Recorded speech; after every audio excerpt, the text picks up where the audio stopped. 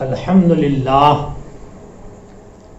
للہ رب العالمین والعاقبۃ للمتقین والصلاة والسلام علی سید المرسلین وعلی آلہ واصحابہ اجمعین، اما بعد فاعوذ باللہ من الشیطان الرجیم، بسم اللہ الرحمن الرحیم۔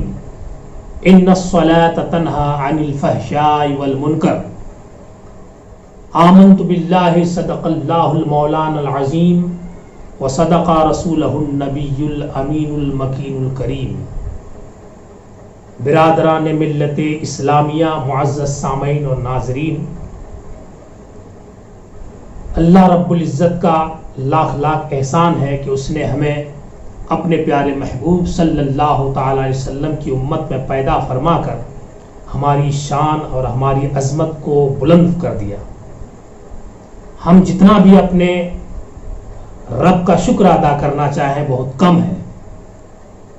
اللہ کا احسان ہے کہ اس نے ہمیں توفیق بخشی کہ چند باتوں کو لے کر ہم آپ کے سامنے حاضر ہیں۔ اللہ رب العزت ہماری نیکی کو قبول فرمائے، آمین۔ ملاحظہ فرمائیں، کسی کہنے والے نے کیا کہا ہے کہ آفاق کے ہر گوشے میں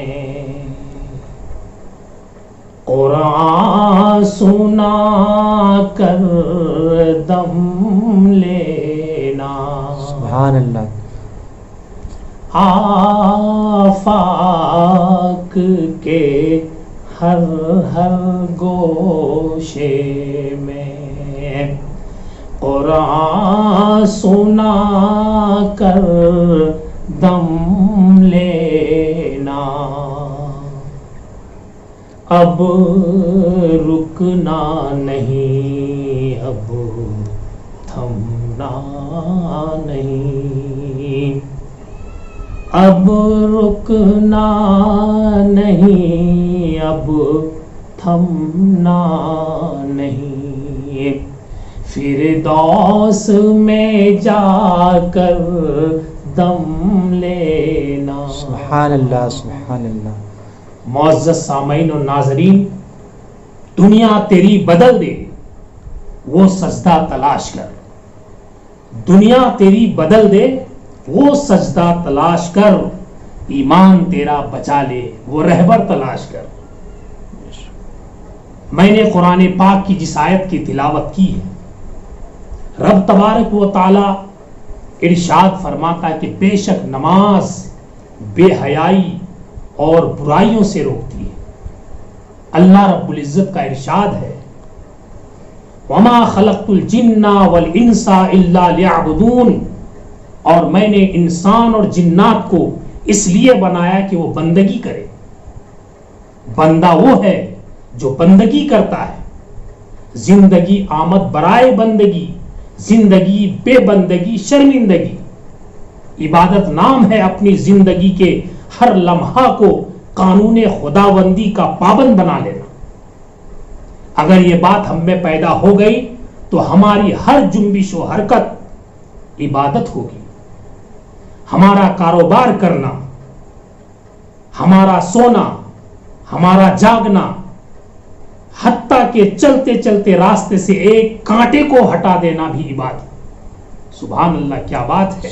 اور پھر نماز، یہ نماز تو افضل العبادات ہے، اس کا کیا کہنے۔ قیامت کے دن سب سے پہلے بندے سے حساب نماز سے کی جائے گی۔ قیامت کے دن سب سے پہلے بندے کا حساب نماز سے شروع ہوگا۔ نماز وہ عبادت ہے جو گناہوں سے بچنے کا ڈھال ہے، نماز جو انسانوں کو گناہوں سے پاک کرتی ہے، نماز میرے سرکار صلی اللہ علیہ وسلم کی آنکھوں کی ٹھنڈک ہے۔ یہی وہ افضل عبادت ہے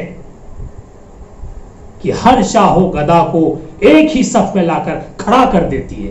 کیا کہنے والوں نے کہا ہے کہ ایک ہی صف میں کھڑے ہو گئے محمود و ایاز، ایک ہی صف میں کھڑے ہو گئے محمود و ایاز، نہ کوئی بندہ رہا نہ کوئی بندہ نواز۔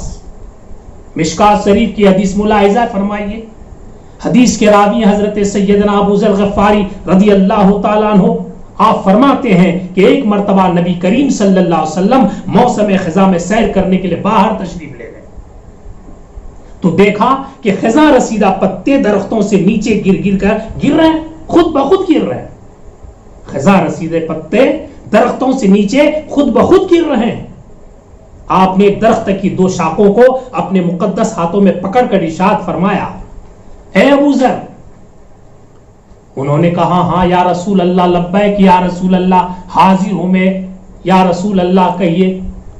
آپ صلی اللہ علیہ وسلم نے ارشاد فرمایا، بندہ جب اللہ کی رضا کی خاطر نماز پڑھتا ہے، جب اللہ کی خوشنودی کے لیے کوئی بندہ جب اس کو سجدہ کرتا ہے یعنی کہ نماز پڑھتا ہے، تو اس کے جسم سے گناہ ایسے ہی جھڑتے ہیں جیسا کہ اس درخت سے پتے جھڑ رہے ہیں. جیسا کہ حدیث مشکات میں نے آپ کو بتایا، کما تحافت حاض البرق ان حاضہ الشجر، جیسا کہ پتے جھڑ رہے ایسے انسانوں کے گناہ جھڑتے ہیں جو اللہ کی رضا کے لیے نماز پڑھتا ہے. میرے دوستو بزرگوں، یقیناً نماز بہت بڑی عبادت ہے، اس کو کسی حال میں چھوڑنا نہیں چاہیے اور غافل نہیں ہونی چاہیے اپنے رب کی عبادت کرنے سے. وآخر دعوانا ان الحمدللہ رب العالمین.